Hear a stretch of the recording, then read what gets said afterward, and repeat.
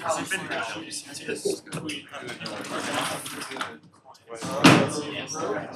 think that's the next block. Like hide it here, so it's just trading convenience. Okay. How about you? If everybody could take a seat, I'm gonna go ahead and get us started.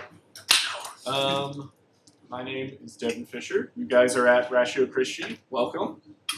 Today we have Dr. Darrell Dooyema and his son, Jared, that are going to be joining us for the Audiological Argument. But before that starts, I'm going to give us a few announcements, which I have written down, otherwise I will forget them. But first off, did anybody join us for whiteboarding? Did anybody have any good conversations? Yep, I talked with a guy for about 30 minutes about what music meant and if humpback whales factored into that definition. After that, the conversation got a lot more interesting. And we kind of went all over the place, talked about morality, beauty, a whole bunch of stuff, but it was really good. Yeah. Anyone else have a short little story they want to share? Okay, well, I hope you guys had a good time for all of us who joined us for whiteboarding. For all those who didn't, you should join us for whiteboarding.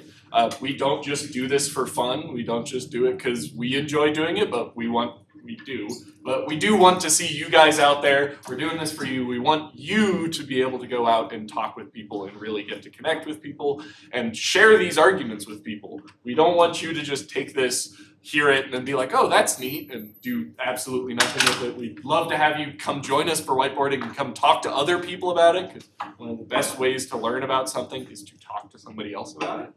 But on that note, we actually do want to see if you guys would be able to join us at a different time for whiteboarding. So we're traditionally doing it on Mondays.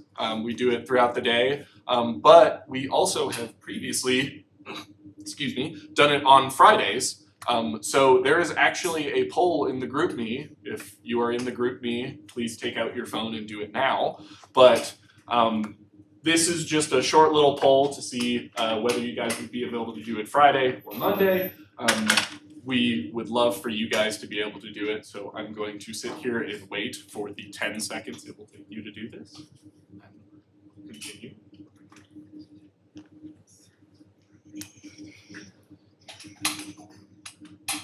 Okay, everyone should have enough time to pull out their phone and do this. So, continuing on next Friday or the Friday after? Next Friday. Not this Friday, but next Friday, there is Anchor. Anchor is a big collection of all of the Christian ministries on campus. We just get together, have a night of fellowship, worship, have some snacks usually there too. But you guys should all come. That is on the 7th. So not this Friday, but next Friday. So please join us for that. It'll be starting at 7 o'clock. Correct.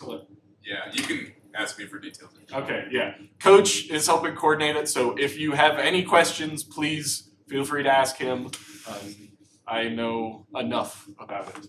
But besides that, I think I'll pray us in, and then Darrell and Jared can take it away. So if you'll bow your heads with me.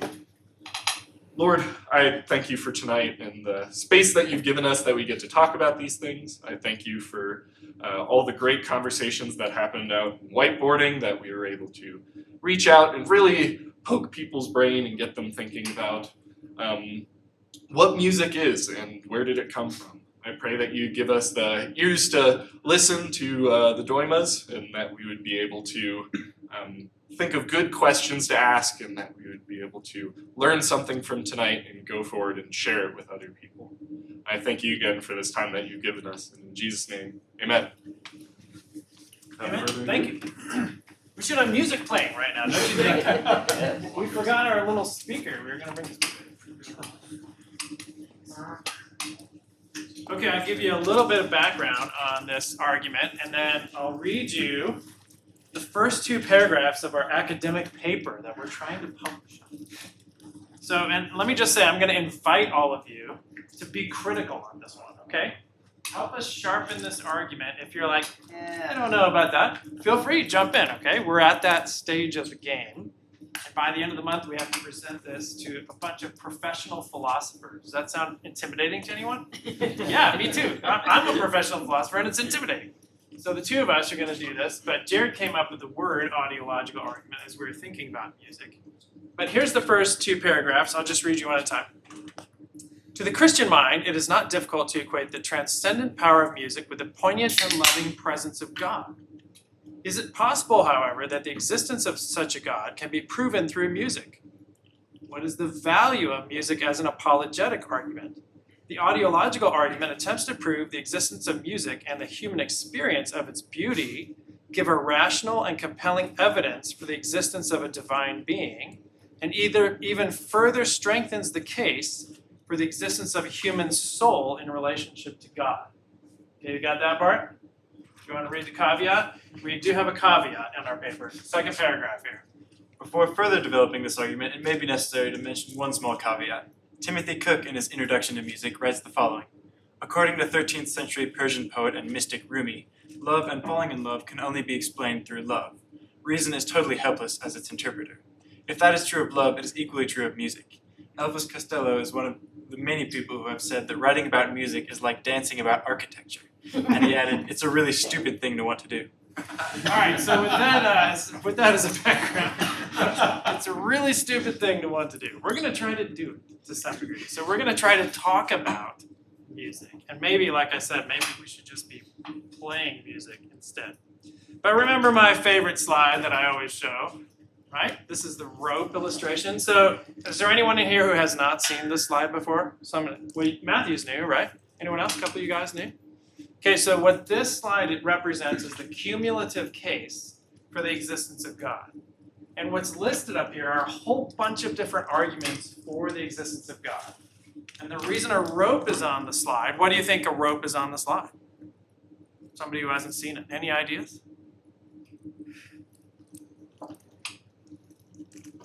This is my spiritual gift. I can silence the room anytime. Yeah. Maybe each argument is like a thread and woven together it becomes stronger. Yeah, in philosophy, this is what's called an abductive argument, an argument to the best explanation. So a cumulative case is saying we've got a thread here, we've got a thread here, we've got a thread here, we've got a thread here. And you might think, well, that thread isn't all that strong. That other one's better. That one's maybe a little bit more. But when you put them all together, you have a very strong case. So these are all arguments for God's existence. We're going to talk about one more today.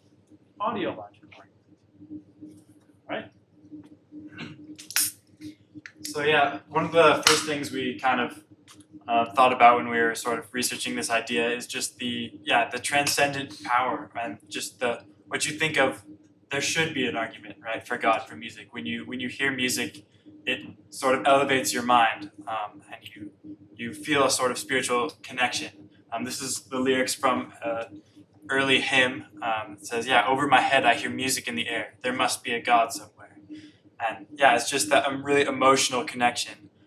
And so I think we're going to try to take it a step further from just the spiritual experience into a little bit more, relating it to different slides on that cumulative case slide that we just showed.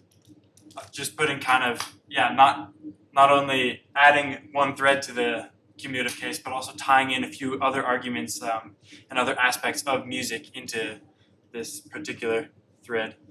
Real quick, how many of you have been to a concert recently? You? People don't go to concerts as much as we used to, right? Have you ever had like a spiritual experience at a concert? Something like that? I went to go hear Carlos Santana. You guys know who that is? When I was younger.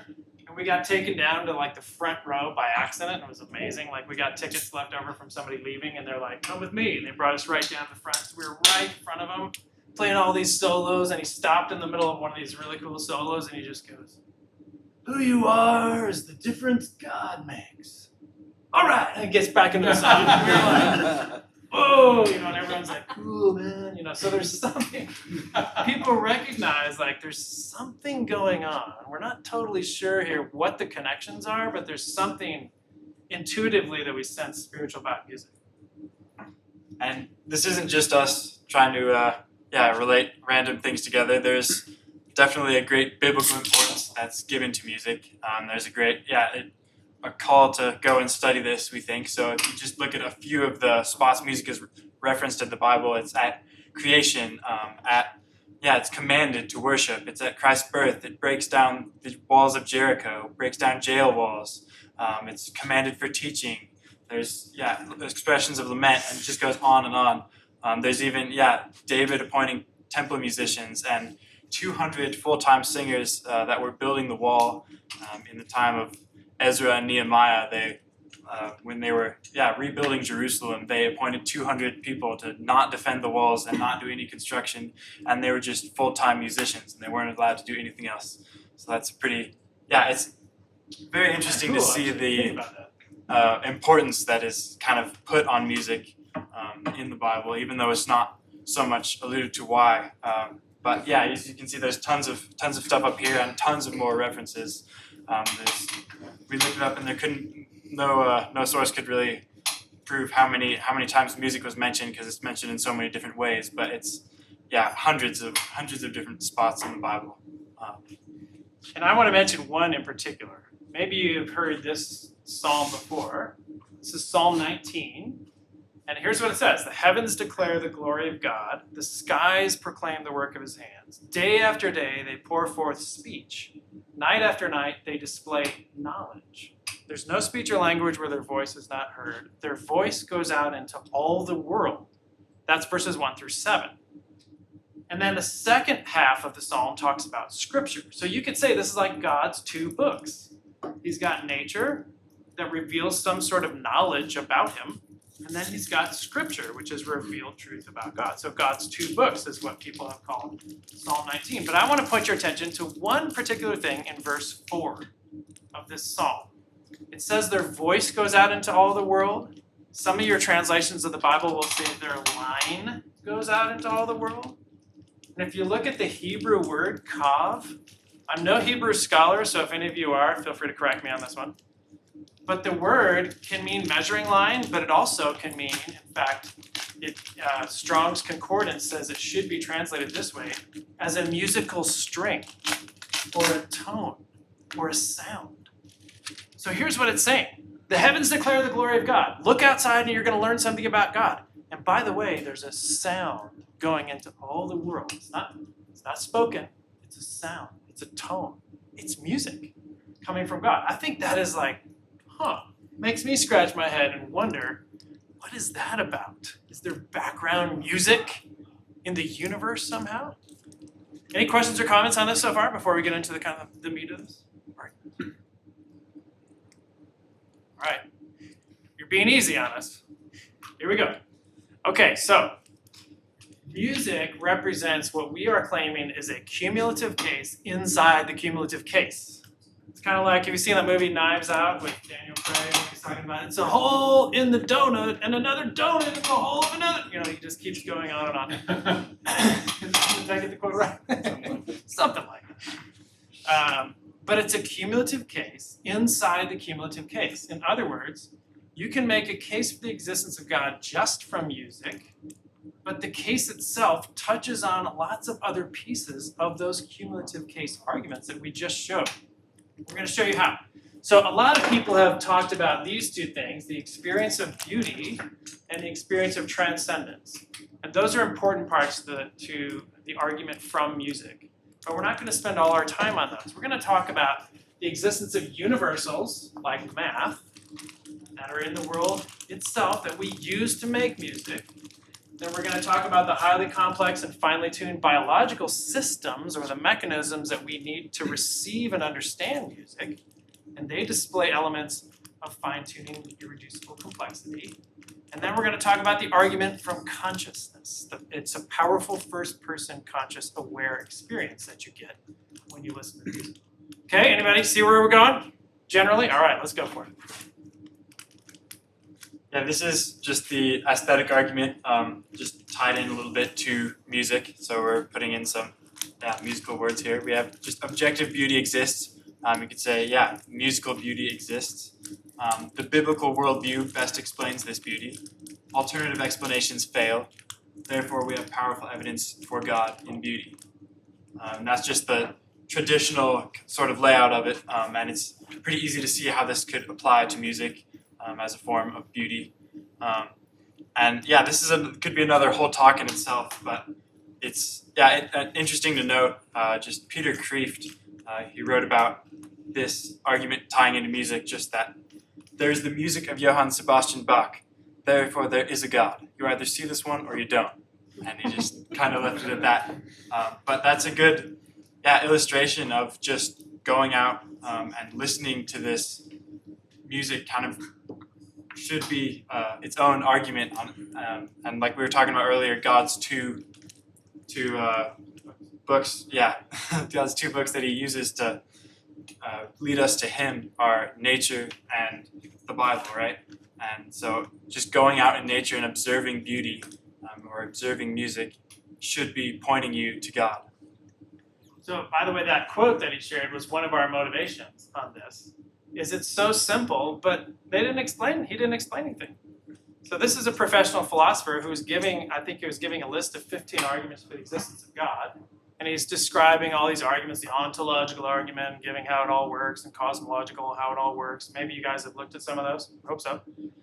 And then he gets to this one line, there is the music of Johann Sebastian Bach, therefore there is a God. You either see this or you don't. You're like, yeah, but tell us why. So we're trying to dig a little bit and understand why.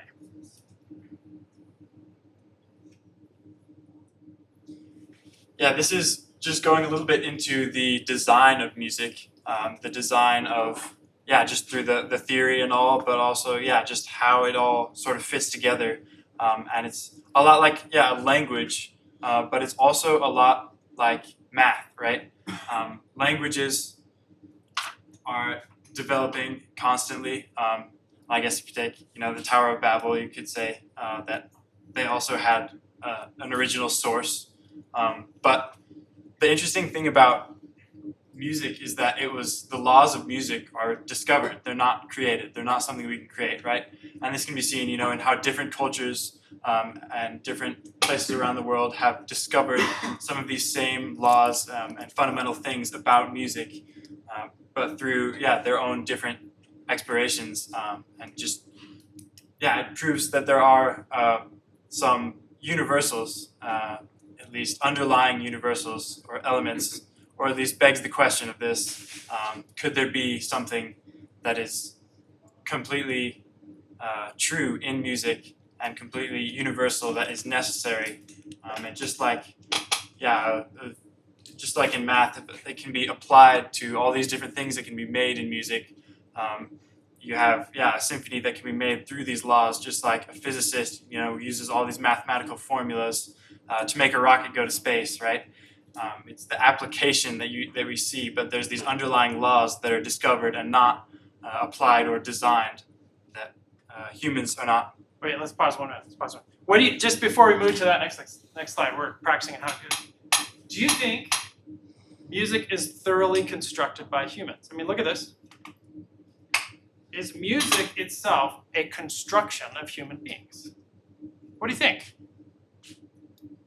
Yes. What else would it be? What else could it That's be? where I'm lost on. Okay, so we're looking at this sheet of music. This was obviously put together by a human being, a human composer. Is there anything more, though? This is what Jared is starting to get at. Is there anything more than human construction? I feel like songs are created by humans, but beautiful sounds are not. Okay, tell me a little bit more. Like there's a special feeling when a sound Right. and what musicians do is they construct a series of these beautiful sounds into a song. Good. So you could say Beethoven did a whole bunch with just 4 notes. Yeah. Dun dun dun dun. Right. There's then- 2 notes. And then Jaws only used 2 notes. Jaws did even better. Dun dun dun dun dun. Right? It's only 2 notes. But it produces something. The beautiful sound is there. But think about it. Is there more? By analogy, think about this. Is this a human construction? I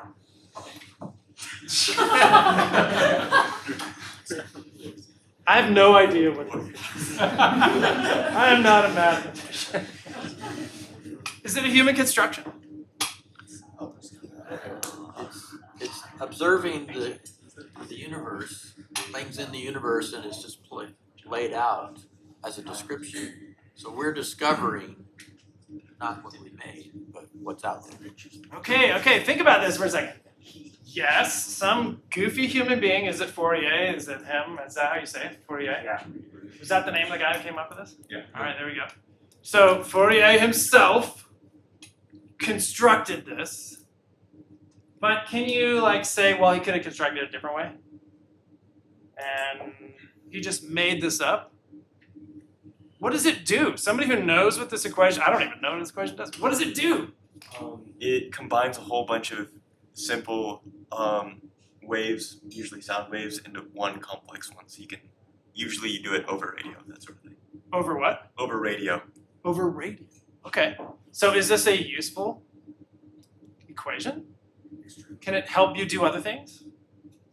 Okay. Is it just something somebody made up?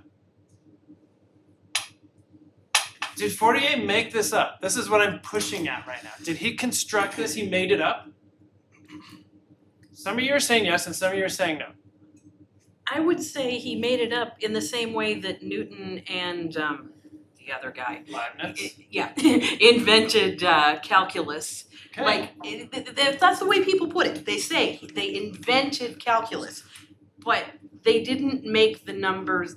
They didn't make the numbers in the first place. They didn't make them behave that way. They didn't, did they? It's all discovery. Same thing with music too. Like after like studying music theory and coming here and studying math, Right. like you can just notice all these patterns. Like in music theory, you have like the circle of fifths, and a major triad sounds like this, and then when it goes with this chord. So it's all discovery, but I believe it's all created by God. But we This discovered is what it. we're getting at. You're hitting right on it. So what these mathematicians are doing, they're discovering relationships and principles, and then they're using them in application. Like a physicist who's trying to, construct something new, he's using mathematics, or she's using the laws in the universe that are already there to construct something new, right? So there's a process of discovery. So, take us forward, Jared. That's back. Here we go. Yeah, so here's just some of the sort of laws and building blocks of music. Some of the things that seem to be pretty consistent over cultures, and just different that aren't just the subjective pieces of it and expression.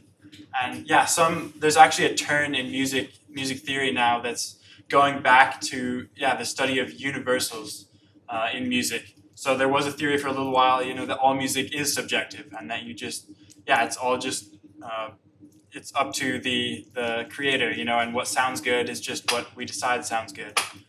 But there's a study, just based on viewing all of these different cultures and understanding more of their different scales and ways of creating music, that there are in fact universals, which, in this case would point to a more, similar to that math, design features. This is a quote from James Brower's Music, God's Mysterious Gift.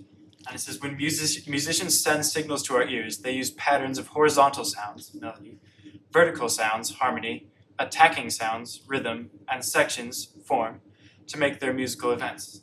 Like selecting from a set of different sized bells, a composer chooses from a group of pitches, a scale, to create melody and harmony, and then delivers it all around a rhythmic pulse. The tune unfolds like a series of sentences that form a paragraph in a story. So what we're arguing here, first point, is that there are things that exist in the universe that are like the laws of math, that they are discovered, they're not invented. So when we look at that piece of sheet music and we go, oh, Beethoven did that, or Mozart, they didn't create out of nothing. They used things that were already latent, present in the universe, relationships, ratio, math. They used math. As Pythagoras pointed out centuries ago, that music is a series of mathematical relationships. Well, where did numbers and math and ratios and all, where did that kind of thing come from? These are not things that can be located in space and time. These are not things that can be given a size. You can't give them a shape. They don't have a color. They can be present all over the world all at the same time. And in fact, you can't really imagine a world out there in which there aren't things like sound and octaves and some of these relationships that we're talking about. Just like you can't imagine a world out there where 2 + 2 = 3.9. Here's another aspect of a universal. We talked about this in class today. Tyler was there in philosophy class. If you were to think of, let's say, a principle of math is known as a universal, like 2 + 2 = 4, right? Am I right about that? Does anybody want to dispute 2 + 2 = 4? This is mine. I mean, you might know something that I don't know. Okay, but think about the evolutionary development of the world.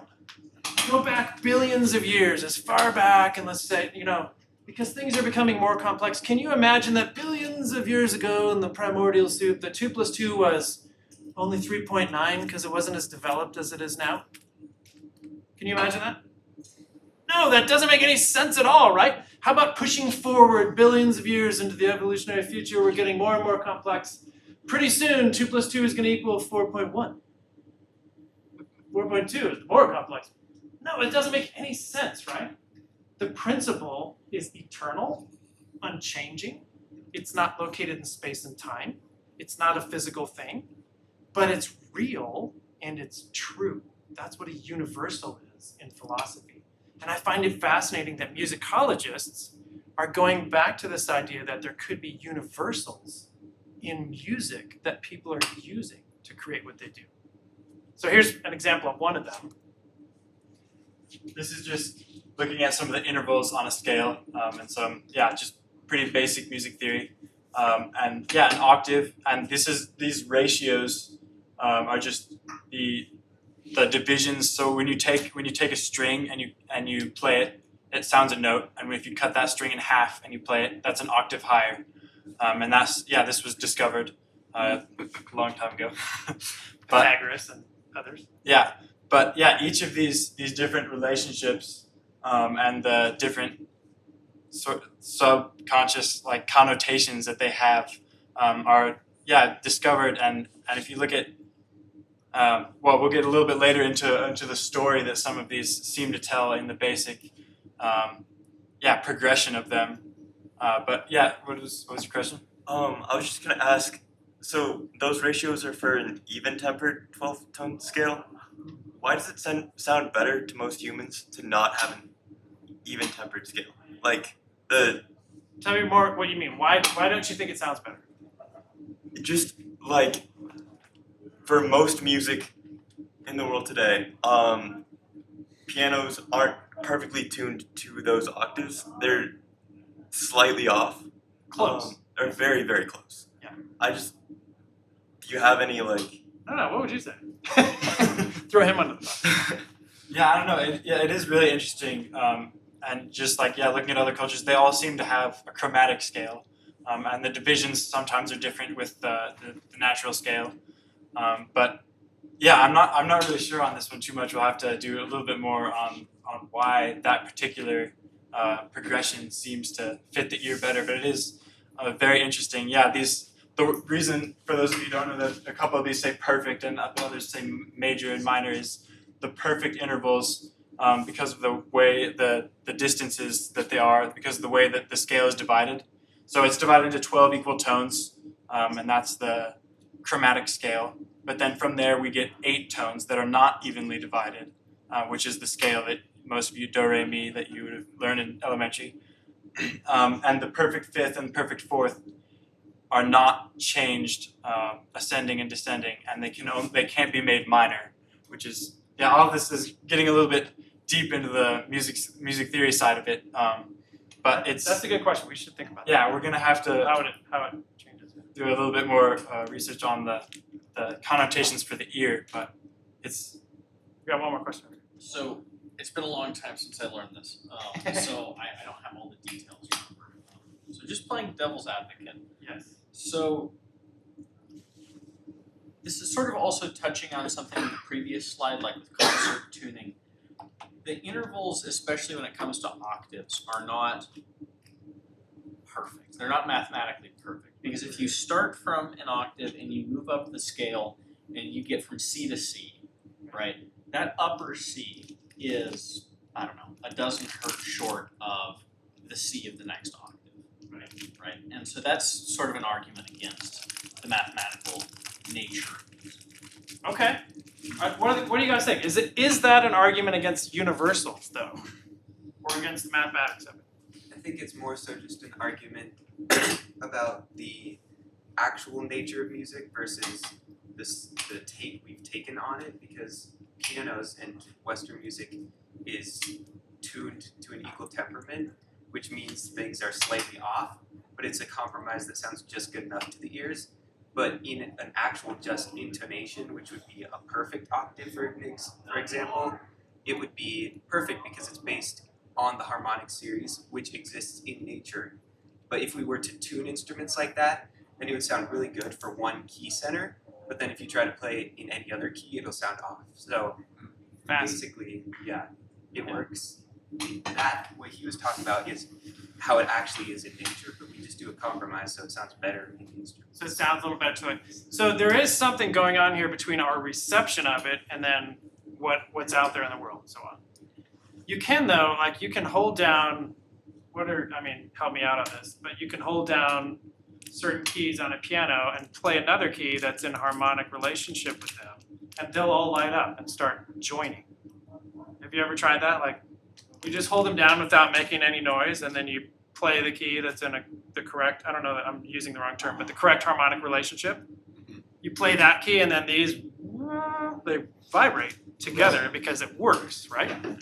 Yeah, it's a resonator, yeah. I was gonna say one thing that's also really interesting is like the only thing that can kind of achieve that like musical perfection is the human voice, which maybe makes it an even like stronger case. Fascinating. I didn't know that. So the only thing that can achieve, say it again, the only Not thing? the only thing that like he was talking about, like if you tune a piano, there'll be a couple hertz short here, a couple there. Yeah. But with like your voice, you know, you're not gonna be a couple short here. You can basically sing like perfectly. Ah, interesting. We actually have a mutual friend who's perfect pitch and is also, what's the word? Synesthesia, has synesthesia. So he can see notes in color. Pretty cool.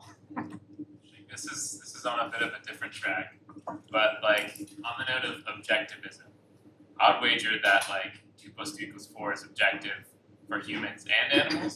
Yeah. I think like, I don't know, can a dog hear music? Are we just like tuned to the human voice, so it is? So we're mimicking the human voice that we like to hear, which I'm sure like evolutionists would say like, oh, we just create music to sound around what the sounds that we like to hear. Yeah. And that's just a reflection of us rather than a reflection of an objective truth. We're gonna get a little bit into the working of the ear and how it works, and there are different, of course, animal ears respond to different things, but in general, this is my biologist friend, he said, we were trying to get a primer on this from him. His comment was, in general, animals' hearing is tuned for what they need. Human beings are most finely tuned for language, like you mentioned. But we have this massive range, 20 to 20,000 hertz, that gives us the ability to distinguish musical tones. And it's very hard to make a case that this is something that we need for survival. There's a whole bunch of other things that music does to us. But is it a need? It seems something different. So it seems like our ear is tuned differently on purpose. So I don't know. Other comments or questions? This is point one, that there are such things as musical principles, you could say, or universals that are out there that we're making use of. Yeah. Going back to those musical principles, could we use those principles to speak strictly in musical notes and tones? Could we use those principles, you mean to communicate? Yeah, Only in like- musical tones? The only language we know would be those musical tones and notes. I don't know. Why do you ask? I'm curious. Just for a thought experiment? Yeah, That's an interesting idea. because in a previous slide, Jared said that it's like language, and if it's close enough to language, could we make a full-on language with grammar structure, with logic, and with words and sentence structure to communicate in purely notes? I don't know, but you should make a movie about that. It's That'd be been awesome. There is Sorry. Yeah, go ahead. I can't remember which one, but there is like exactly one Native American tribe that uses only whistles as their language. Tonals, is that right? I hadn't heard of that. I know there's tonal language. Chinese is a tonal language. Well, and then you have Close Encounters. Yeah, that's right. Talk to aliens and music. Yeah, I was gonna say something that just kind of popped into my mind talking about how the musical scales and the octaves don't perfectly line up mathematically. Yeah. But they do line up like satisfying for us to listen to. And I think like you were saying, if it is perfect, then besides one key it'll get all weird and sound off. Might point to the fact that a musical universal would be in a completely different realm than a mathematical universal, and music would be something just totally different. Independent of the mathematical relationship. So we could say it this way, and maybe this is a refinement we could make here, is that a musical universal is analogous to a math universal, but they're not the same thing. Would that be helpful? So we're not saying it has to be exactly, precisely like this math principle.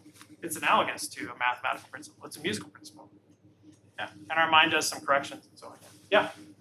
Earlier you made the claim that in every imaginable universe there is sound and music or whatever. I don't know if I agree with that claim. Okay. Because it depends on the existence of matter that also has other properties. Okay. And I think math does not, in the same way, require True. like the pre-existence of other things. Oh, okay. I get what you're saying. So math is mind independent, matter independent. Yes. Right? So here's what I'm saying about music. And again, this is a refinement, so thank you for that. In any universe where you can imagine there being sound, then some of these universal principles would apply. Maybe. I could get behind that one. Okay, all right. So because I agree with you, can you imagine a totally silent universe? Yeah, you probably could. I think you could. It'd be missing a lot of great things, but you could. No Carlos Santana anymore. Just real quickly, think about Close Encounters of the Third Kind or Contact, Did you ever see the movie Contact or read the book? Do you remember what they used to communicate with the aliens in Contact? Prime numbers, Prime numbers. Why? because they were universal. Because that's the point we're making. The point they figured this is a universal language and it has to exist all over the place. And so Close Encounters does the same thing. Maybe there's some sort of musical universal that they're trying to connect the aliens on. I don't know if we're trying to do that. All right, let's move on. So point number one, there's something out there, some kind of universals when it comes to music. What about how we receive it? This is just a little bit on the process of hearing, more of the science of it. And yeah, we as humans are fine-tuned for pitch discrimination. And yeah, like we mentioned this a little bit earlier, animals in nature are often fine-tuned for exactly what they need usually just communication. And yet we are most fine-tuned for speech, which is expected. That's about 1,000 hertz. But we have this vast, 20 to 20,000 hertz range that is, way outside of just this speech. And so to explain a little bit more of the science, we're gonna defer to the YouTube experts here. See if it works. Ears are constantly active. Oh, we don't They have pick up sound waves hear it? and change them into information that the brain can interpret, such as music or speech. Sound is a pressure wave that can vibrate either quickly or slowly. Slow vibrations produce deep sounds, while quick vibrations produce high-pitched sounds. Sound enters the ear and is directed through the ear canal, where it first reaches the eardrum. As the eardrum begins to vibrate, it sets the ossicular chain in motion. The ossicular chain consists of the hammer, anvil, and the stirrup. Sound vibrations move along the ossicular chain and into the inner ear. Within the inner ear, the cochlea plays a central role.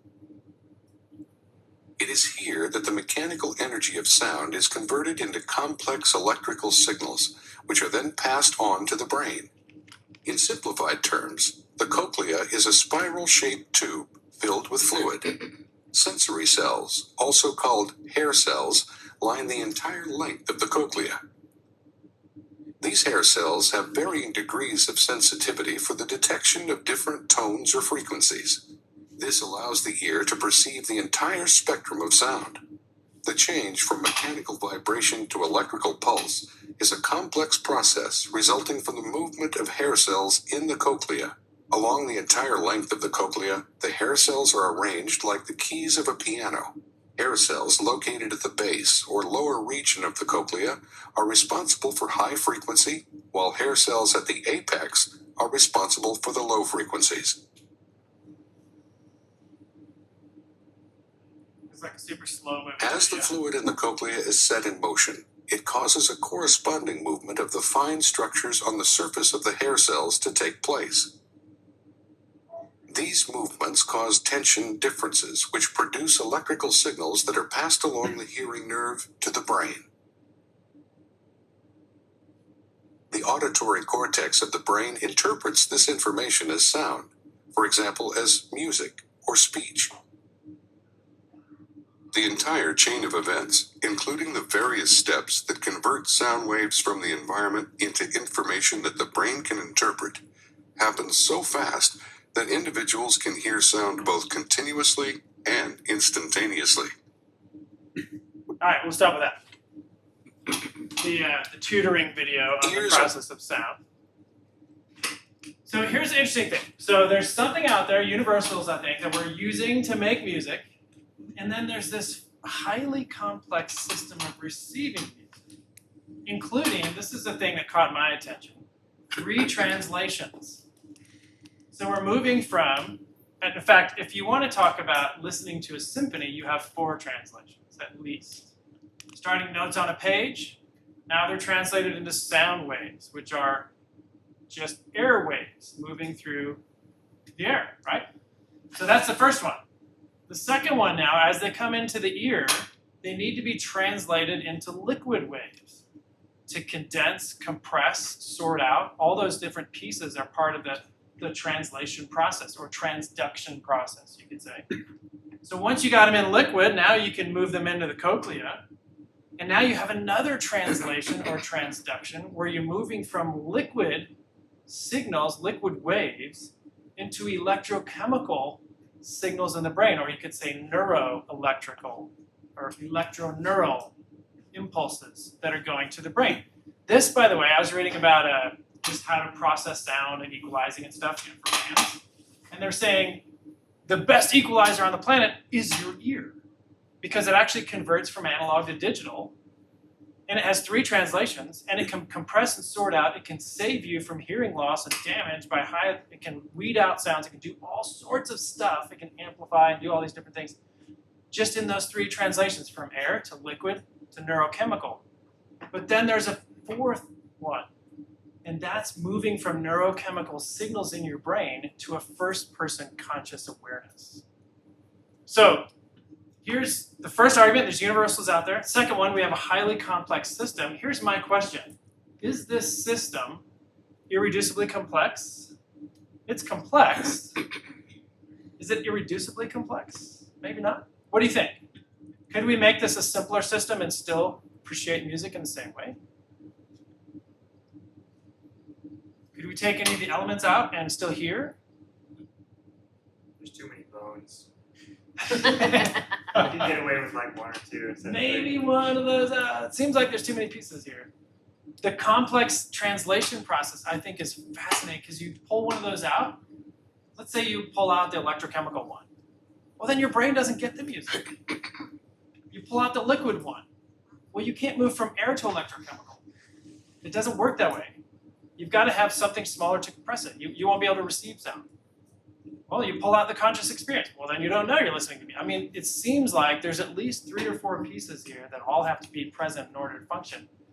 One of the things I want to mention that where this seems to defy naturalistic or natural selection is in its irreducible complexity, and I'll give you one more word, and this is a philosophy word, in its telos, its purpose.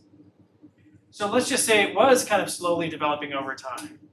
If it slowly developed over time with a very refined purpose, that defies natural selection. Natural selection needs to take place purposeless, and we get complex systems, in reality by accident, but they stick around because they're beneficial. It doesn't seem like that's what's happening here. It seems like there's a very purposeful process that's highly complex from the outset. So let's just go to the last point. So the last translation here. This is the argument from consciousness. Yeah, so after our whole amazingly complex translations there through the ear, we get into the brain. And there's the separation here between the brain and the mind, right? And the what is it like to be. So there is a what is it like to hear. There's Thomas Nagel wrote a book on what is it like to be a bat. Anybody ever read that one? Bestseller, What's It Like to Be a Bat? Yeah, it's illustrating the point that it's not very easy to understand, what it is like to be a bat. You can explain all of this objectively, and you can explain all of this from the outside, but you still won't know what it's like to be. You still won't be able to even imagine hardly, what it's like to be a bat. But you can do that with music. Yeah. So your brain is not what experiences the music. You do. So what goes into your brain, and this is one of the interesting things about music, is it goes to all sorts of regions in your brain. In fact, if you're playing an instrument and performing music, some have claimed every region of your brain is activated. All the different parts. Your rational side, your thinking side, artistic side, all the different pieces of your brain, cerebrum, all the different parts of your brain are activated when you're engaged in music, which is fascinating in and of itself. But you don't receive it, hey Louie, you don't receive it as disparate pieces all over the place. You receive it as a unified first-person experience. This is called the binding problem in neurology. And it points to the existence of consciousness, which is perennially difficult to explain in any naturalistic sense. I think I've told you this before, but I saw a guy who's an expert in neurology come and give a lecture at Colorado College one time. And he was arguing that all religious belief was neurosis of some kind, which I thought was kind of convenient. I was like, well, 95% of the world is neurotic then, and just you and your 5% of your friends that aren't. I'm like, that's kind of a convenient theory. But he gave his whole big theory anyway, and he was talking about the brain and all sorts of stuff. And he gets to the end of his lecture, and another professor stands up and says, "Hey, great lecture, thanks for coming. You're the recognized expert. We talk about this stuff in our classes all the time. Can you help us understand the origin of consciousness?" Do you know what the guy did? He's at the podium and he goes, "I don't know." Threw up his hands and he slapped the podium and he goes, "Some kind of emergentism." Next question. Emergentism means it popped into existence for no reason and it supervenes, that's the big word to mean, it just appears on top of the physical matter and no one knows why. And I sat in my seat as a graduate student thinking, that's the best he's got to explain probably the most important part about us. We are conscious beings. Well, from a Christian view, this makes perfect sense. You're created in the image of God with a soul. There is a part of you that's conscious and aware, first person. You are the one who experiences music. It's not just your brain. Yeah, so here we're going to go into a little bit of negative apologetics. Again, just kind of sort of looking at the response of naturalistic reductionism, or just, Darwinian evolution without a creator. And here's another quote from that Abundantly More by Jeremy Begbie. It says that naturalistic reductionism betrays a narrowness of outlook that excludes or quickly dismisses phenomena that it cannot readily account for within its own parameters, but that nonetheless seem to cry out for attention and some kind of explanation. So here's an example of that. Oh, did you? Yeah, and another quote from Steven Pinker here. And this is the naturalistic reductionist side of the picture. He says, "So this is the basic design of music. But if music confers no survival advantage, where does it come from and why does it work? I suspect that music is auditory cheesecake, an exquisite confection crafted to tickle the sensitive spots of at least 6 of our mental faculties." But as philosopher Gavin Ortlund has pointed out, it seems implausible that such richness of experience could emerge from such poverty of causation. I think that's a good one-liner. It's a good chop on them. So this is another philosopher called an evolutionary spandrel. Do you know what a spandrel is? Any architecture people in here? No? A spandrel is when you make an arch like this with a cross beam to hold the arch up, and you're like, oh, there's a triangle. That's a spandrel. You didn't mean it. It just shows up. And this is Stephen Jay Gould. That's the term he used. And Pinker is using the same idea that you're attracted to things like cheesecake that you don't need, and it just showed up evolutionary. It's like a leftover of evolution. And so that's what music is. You don't need it. It's not necessary. It's not important for you, but you kind of like it because it's like cheesecake. It's kind of cool, but it's not good for you. That's what music is in a naturalistic explanation. What do you think? Is that what music is? Is that a sufficient explanation? Is that some of you are like, yeah, that makes sense. I would argue that in a situation where survival is at question, Yes. cheesecake is not bad for you. It's got all kinds of calories. Hey, let's make a and you case need for them. cheesecake. That's right. Calories are good.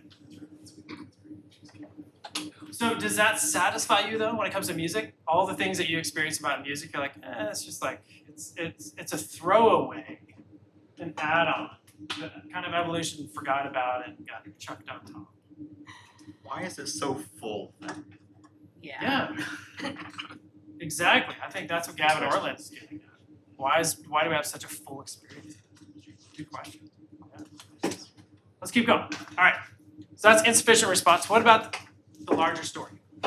This is the Christian response to that, is that, yeah, the basic story of music fits best into not only, we've been arguing so far for a theistic perspective, for the existence of God, but it also, when you look at comparative religions, music also seems to best promote the Christian story, that of creation, fall, redemption, and eternal hope.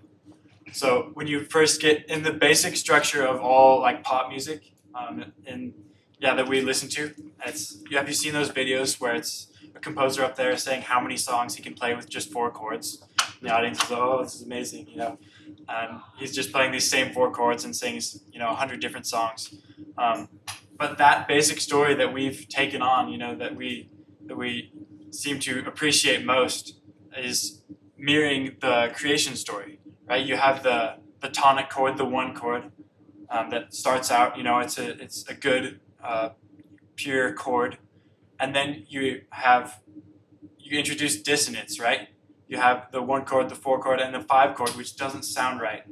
The 5 chord needs to be fixed, and then it is fixed. It goes back to the tonic, right? The basic 4 chord progression, the 1, 4, 5, back to 1, and this seems to point to the Christian perspective, and it's what our ears have been trained to enjoy, is at least what seems to be the case. And to illustrate this, we have a more snarky video.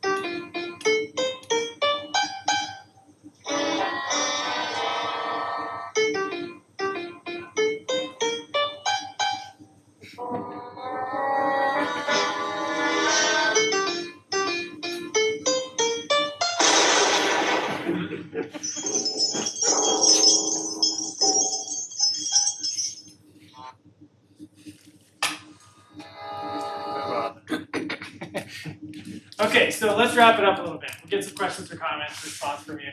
So it just doesn't seem right when it's not resolved, but the dissonance and the variation and the freedom within boundaries does seem to actually fit the Christian story.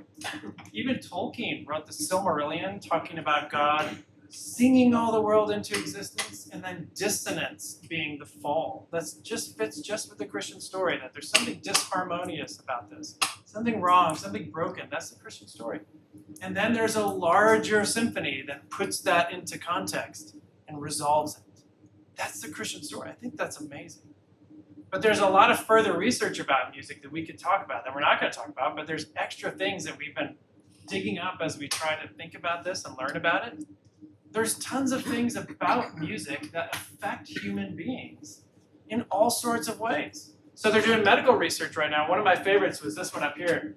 It's a peer-reviewed medical journal for alternative medicine, and they decided, well, let's play music over cancer cells. And they thought maybe they'd look at some little benefit or whatever, but in one experiment, and then they repeated it many, many times, Beethoven's Fifth killed 20% of the cancer cells in a petri dish. 20%, that's huge, and killed them. Didn't just like reduce them, killed them.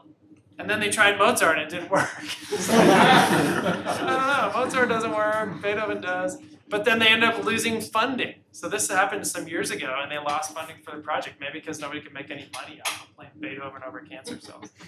But it actually works. So now you actually have histotripsy, which is isolated sound waves that people are using to shoot on certain types of cancer. I think it's liver and kidney cancer if I'm not mistaken. And they can shoot these specific sound waves and it will reduce and kill cancer cells. Fascinating, right? But of course you have all sorts of other things. And these are all different regions of the brain that can be affected by just listening to music. So let's polish this off and get some more questions here. Yeah, this is our favorite rope side we have here. Always. And just going through, we've added our one strand, or some of it, to the cumulative case here. But if you look at how this strand connects to so many of the arguments already up here.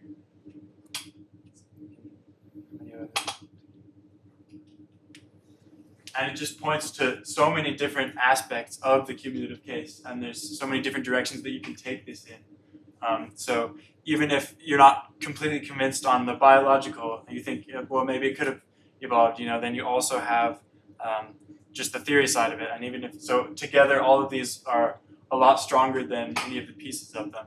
And it fits and reflects on the whole of the cumulative case here. So So if you wanted to be like arguing for the argument from consciousness, like J.P. Moreland does in his book, The Recalcitrant Imago Dei, great book, by the way, talking all about the argument from consciousness, you could zoom back for a second and say music is maybe the most powerful example of it. And similar with religious experience, or similar with aesthetics or beauty, the argument from aesthetics. I think we've done that in here a couple times ago. Or maybe it's been a couple of years since we talked about the argument from beauty, objective beauty in the world, and so on. Music is maybe the most powerful experience for that argument. And so it seems like it's a cumulative case within the cumulative case. Oh, one more thing. I looked at all these and I thought, well, how could it fit the ontological argument or the moral argument? I don't think it does, right? But the more you think, you have an idea? There's a big ontological argument here. Oh, come on, let me come in and teach that one. That's my favorite argument to talk about. I love that one. I love that argument. But the moral argument, I was just reading in a book on aesthetics today, and the conclusion was aesthetics and ethics are one and the same. It's like, really? So something about our value tastes has something to do with our moral principles. I don't know if I go all the way, but I think there are more, and I'm very curious if there's any way we can connect it to ontology. I think maybe there could be a way, but I'm not totally sure what it is yet. So, put up the conclusion, then we'll go questions and comments. yeah, so from this we just conclude that music is a powerful evidence for the existence of God, and the Christian worldview seems to best fit this through the universals, the biology, the first-person consciousness experience, the beauty and transcendence. And I think this verse best sums it up, Psalm 95:1 here. Come, let us sing for joy to the Lord. Let us shout aloud to the rock of our salvation. Come, let us sing to the Lord. So I think maybe the application we can take from this is, yes, to go study this more and to try to see if there is more of an argument for God from this, but also just go listen to some music and go enjoy God's beautiful creation here. Yeah, all right, questions or comments? What do you think? Whales use music to communicate. Right?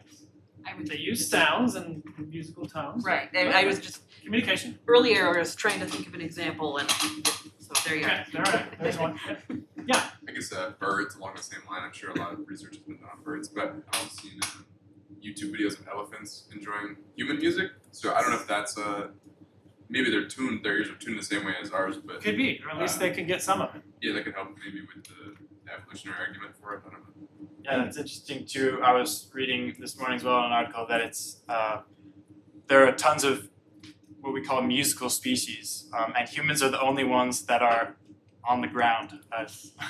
I'm not sure if this has any evolutionary significance, but yeah, the birds and sea creatures seem to be the main animals that communicate through music. There you go.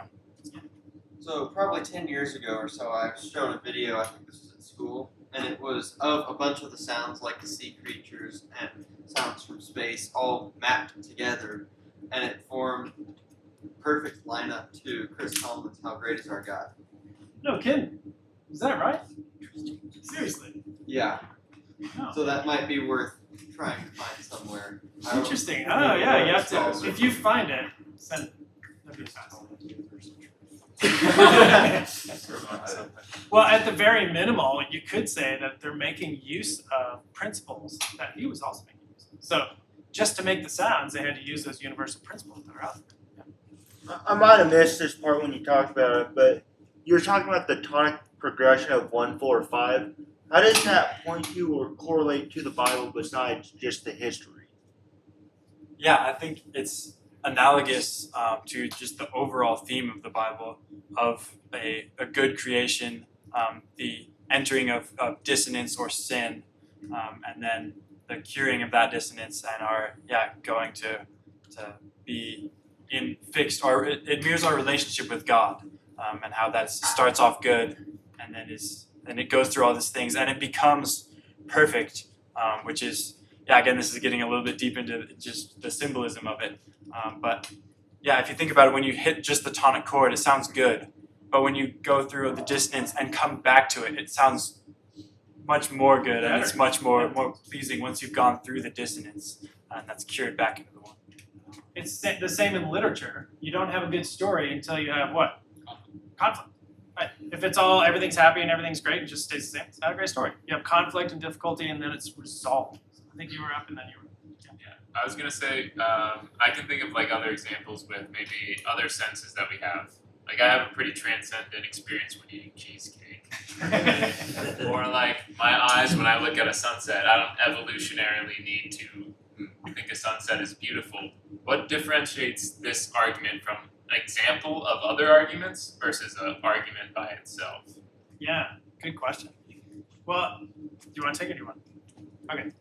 I think the interesting thing about music is it combines so many things. So I could say, just by way of an analogy, I enjoy something, or beauty. Beauty, I think, best understood is disinterested interest. That's Kantian terminology. Or another way to say that is contemplation. So I don't enjoy art only because I'm attracted to it. Some art I'm repelled by, but I'm contemplating it and I'm interested by it, right? Well, music has that, and it can produce all sorts of other things in you. This experience of transcendence, you can produce anger, it can produce sadness, it can produce excitement, it can get you to work out harder, there's all sorts of things that it can do to you. Oh, and there's math involved, and now we have this argument from universals. So there are principles that are out there that are happening that are also fitting with this, and there's this story of music, how it fits, and there's this highly complex system of taking. It seems to be like pulling all sorts of strands together. So that's what I think makes it unique. I could be wrong about that. That could be true of other ones. Like it's an example that encompasses so many. Yeah. Cumulative case within the cumulative case. I think you were next then. Yeah, I was gonna say with you talking about like the chord progression 1, 4, 5. It might be better to, because in like all those notes, the ones that you actually can land on are like the first, the third, and the fifth, and the octave. But there's like the second note and the fourth note and the seventh or whatever. They're called suspended notes. because they actually resolve to like the fifth and stuff like that. So you actually can land on the fifth, like that's a good thing. But but not on the fourth or the second, because those ones are called suspended. Just letting you know. Is it Mozart they used to? Yeah, that's Was it? I can't remember which composer this is. like the Coyote video, but yeah, it was either Mozart or Bach, I think maybe Mozart. But his father used to, on the piano, just play, a series of notes and then leave it like that, suspended on a note that isn't cured. And he would come storming down, from studying or whatever he was doing, and have to finish it, because it's just so awful, just sitting there, he couldn't handle it. You can't leave it under his own. Yeah. But yeah, that's really interesting to point out. I think he meant the 5-chord. That's the 7 and the 5-chord, yeah. Okay. I was thinking, along the lines of this question, like a similar argument, but for sight, for the visuological argument, right? Where you have things that are like visually appealing by default, not because of any reason per se, like the rule of thirds, that things that are framed that on the cross sections of lines in a picture or a painting, that those things look better, or like the beauty argument, right? The argument of aesthetic too. Yeah. I don't know. It might work very similarly to this. Good point. But here's another interesting thing. Somebody pointed this out the last time. There are exceptions, right? So if we say, well, Bach should make you feel inspired, some people are like, nope, I don't like that. And they make a conscious decision. And other people have memories connected with certain musics and so forth that they resist, or they don't like that anymore. So actually what that does, the exceptions strengthen the argument from consciousness. Because it's not just mechanistic. Certain sound waves make me feel happy. Not for everybody. They might make a lot of people happy, but I might react and say, I don't think that's the case for me. I hear them, I experience them, and I get angry. So that strengthens the case that there's a first-person conscious experience, including decision-making, involved in those things. I think that's kind of interesting, with the exceptions. Other questions or comments? We didn't play any music. I don't know if you've ever heard of this, but have you ever heard of John Cage's song 433? Is that, yeah, I have. Would you consider that music? Because it's essentially 4 minutes and 33 seconds of ambient noise. Yeah. No. Yeah, it's a performance, but the way we've defined music in our paper, we settled on, after looking at a couple of different definitions, since this is a philosophical paper and philosophers love definitions and arguing about that sort of thing, but we just settled on the Oxford definition, and it's basically that it's sounds or vocal instrumentation organized in such a way as to produce beauty of form, expression, or emotion. And I think that has elements of something to produce expression or emotion, but I don't know if it has the elements of sound even to produce that. So Not organized sound. Yeah. It's ambient, as you mentioned. Yeah. Y'all know what that is? 433? Who sits at the piano and doesn't do anything? I think it's up. Thanks, the audience. I should have thought of that, man. I could have made a lot of sit down and do nothing. You have to do a whole lot of something first, though. I know. Gotta be famous. Other questions or comments on this? Why do you think countries around the world created such different tonic scales before we settled on chromatic as the one for most Western music? Yeah, I was actually reading about this today a little bit on the history of music. And one of the comments was that there are lots of different developments, and there's lots of music has gotten more and more complex, of course. But, and it's only in the Western European tradition that we made music, initially anyway, made music its own discipline and wrote it down and saved it and so on, so that the composed piece from 1749 is the same thing that we're going to play today. So that started in the Western tradition and scales and so on. But the comment that it made was, as far as human history can go back, music existed in every culture And I was amazed by that. I was waiting for them to say, well, maybe there's cultures before music, but there wasn't. And then it followed up and said they still make use of some of the basic structures. So they might have a different scale or more repetitive for like an act of worship or something like that, rather than the normal chord progression that we're used to. But they still are making use of these universals, which I was kind of amazed by. Because I thought, well, maybe we can slide into, maybe there's different notes. Well, you can slide notes, but you're still using the same basic structures. You're still using the notes that are out there. So you might not play it in the same way because you're using a different scale and so on. But the notes are all still universal. They're still out there that you're using. Not necessarily.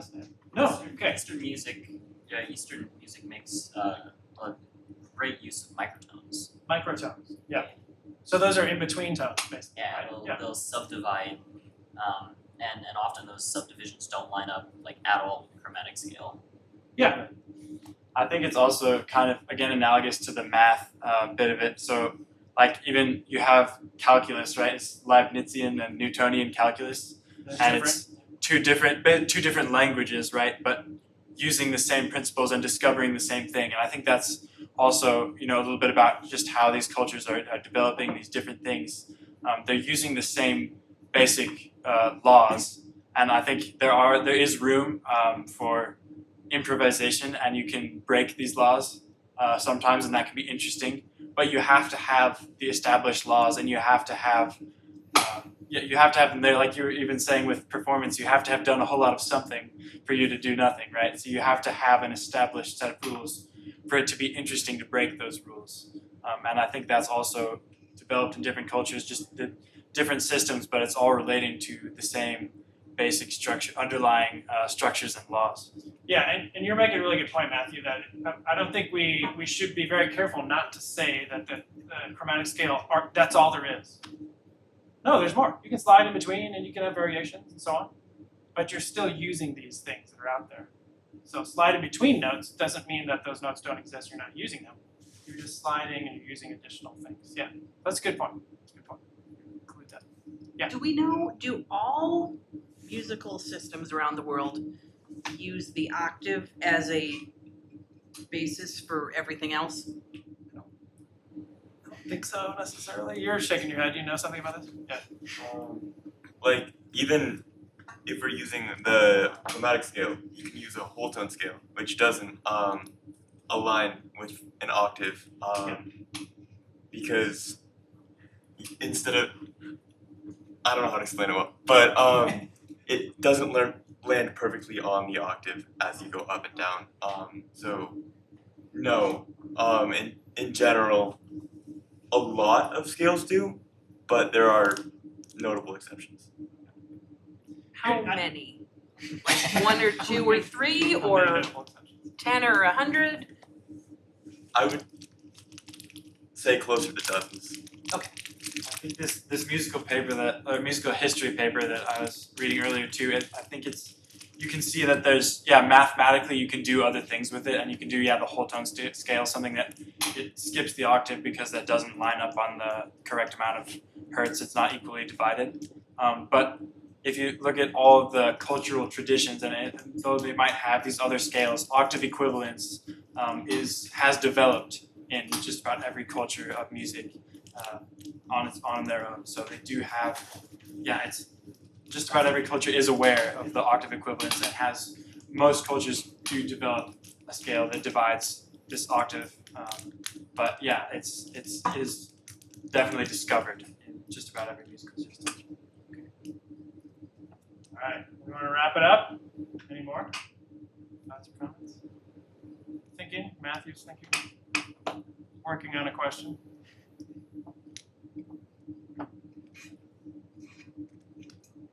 You got one? Yeah? Are there ways we could possibly break the rules or universals of music and still have it sound good or pleasing? Well, here's my contention, is that doing that, we can do that, but it actually is interestingly in line with another biblical principle, which is that true freedom is freedom within boundaries. So we can break the rules to a certain degree. We can't throw them all out and have anything that resembles music. We still need to have a few basics. We need to have rhythm, some sort. We need to have some tones, some sort. We need to have some sort, and I'm not going to go too far to say what we could have. I need to be careful because some of those maybe can be broken. But it's freedom within boundaries, which is what makes music interesting. Because someone does something new and different. They kind of break a rule and then resolve it in an interesting way to sound good.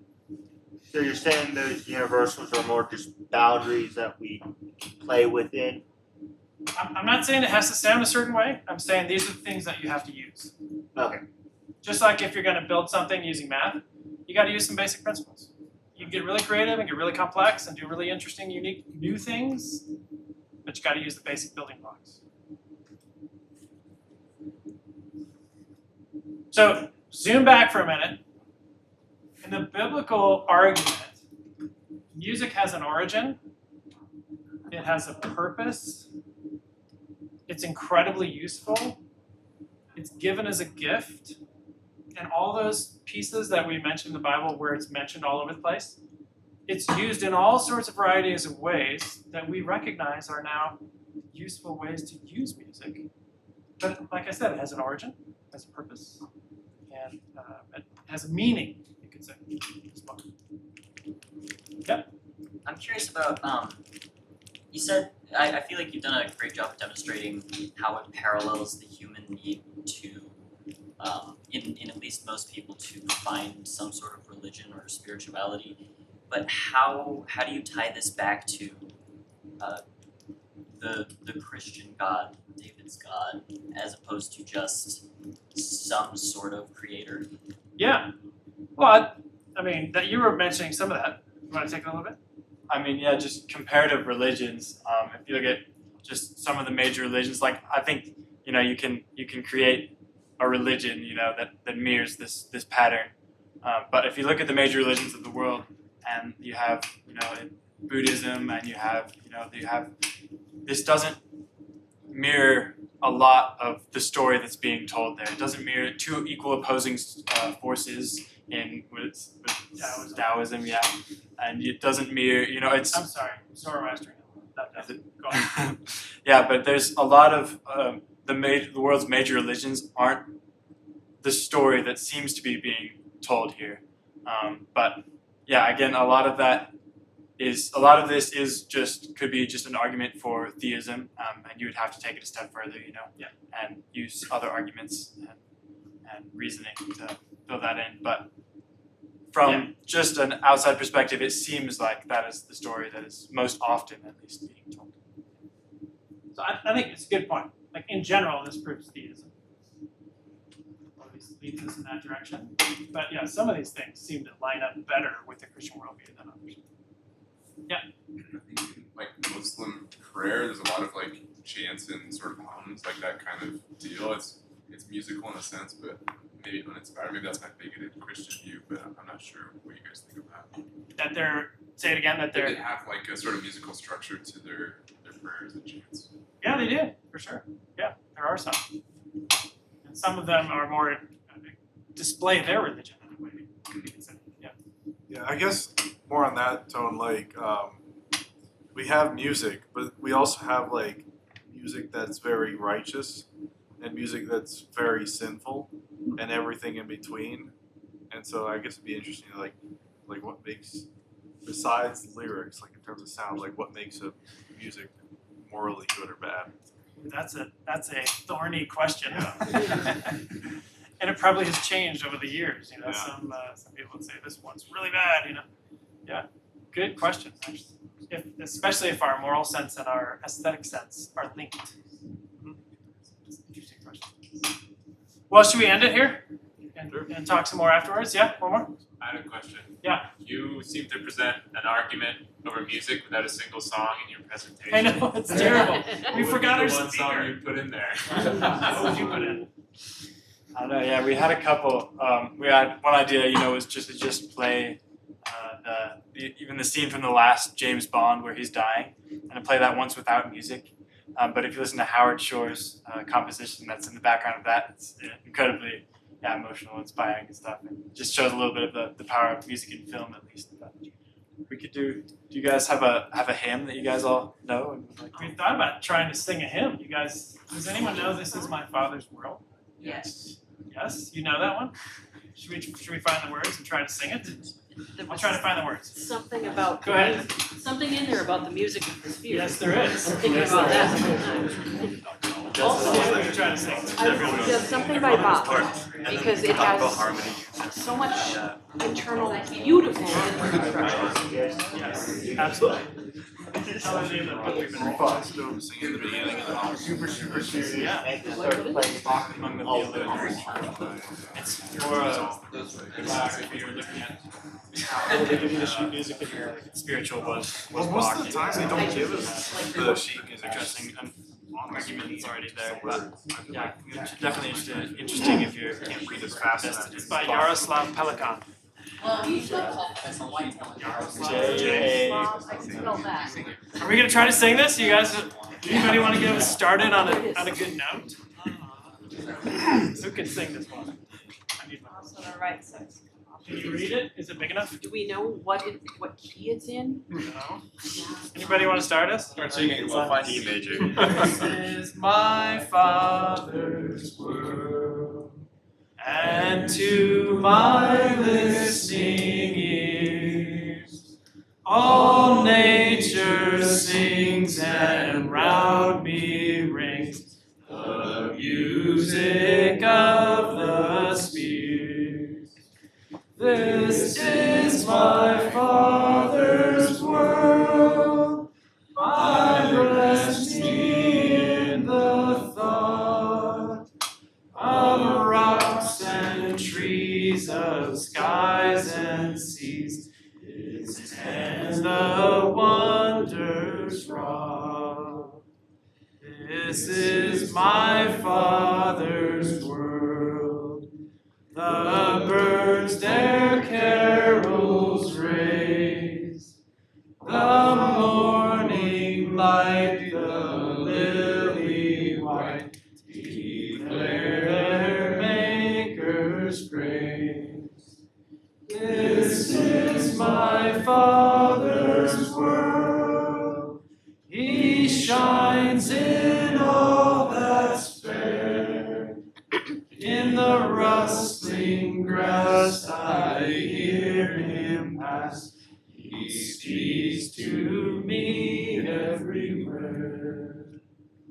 This is my Father's world, oh let me ne'er forget, that though the wrong seems oft so strong, God is the ruler yet. This is my Father's world, why should my heart be sad?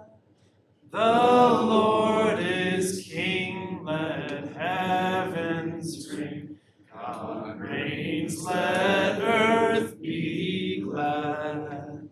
Man, good job, you guys. Good singing. That's worth an applause if I've ever heard one. Come on!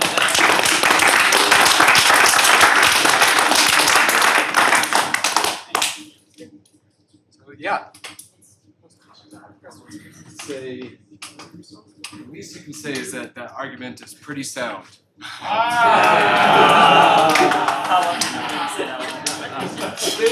Yeah.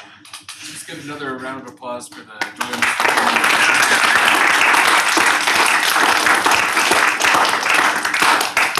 So, the last announcements that I have is next week we have Dr. Hess coming back again.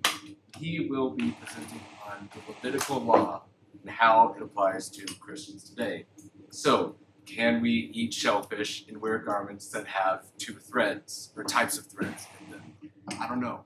So that's why Dr. Hess is coming here.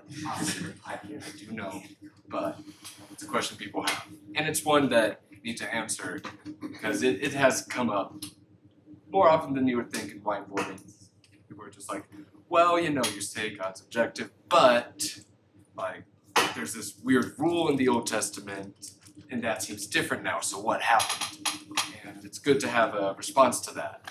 So So definitely come next week and you'll learn how to go about those conversations.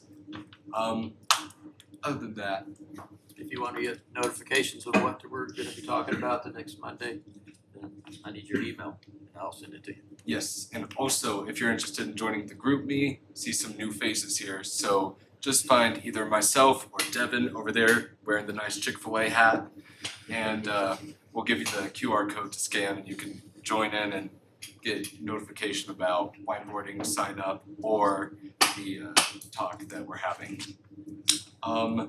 Yes, also Devin mentioned there's an anchor next Friday, starting at 7 p.m. Again, talk to Coach for more details on that. Is there anything I'm forgetting? Okay, in that case, I'll just close this in prayer, and then we have always a lot more snacks over there, so make sure to grab those. All right. Dear God, just thank you for giving us today to just come and listen to a new argument for your existence. And I just thank you for the amazing depth of creation and of yourself that we can explore and learn and just ask questions and seek for these answers. And I pray, God, that you'll just move within each of our hearts to continue to grow more in the knowledge of you and to seek after you, and that you'll just be with us as we go forth in our lives in coming days, weeks, and the rest of our lives. In your holy name I pray. Amen. Alrighty, thanks for coming, y'all. Eat snacks. Snacks.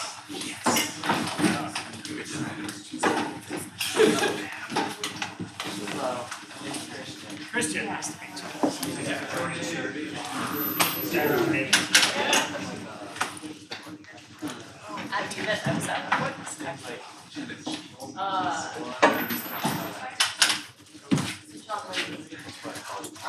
What'd you think? Good argument? Yeah. Very musical band. I'm gonna write this book down. Yeah, you should read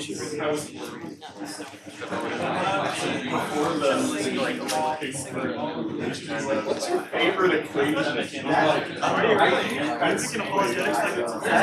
That is what's on my exam. I'm gonna get away with it. How you have paid me. Slam the glass down. What's your favorite double count?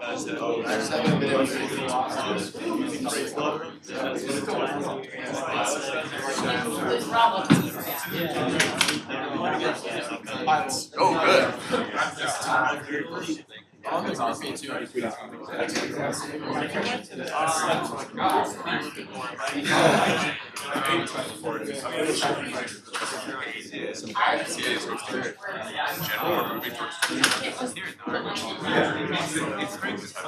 No, I did that. So they're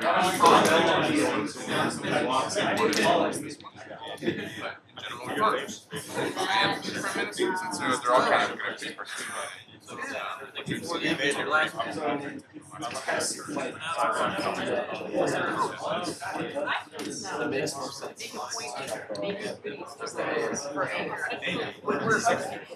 I didn't know what was in it.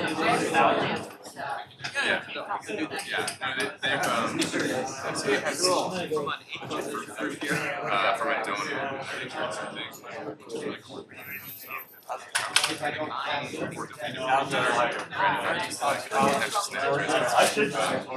Here they have the CPI. In the future, that's There we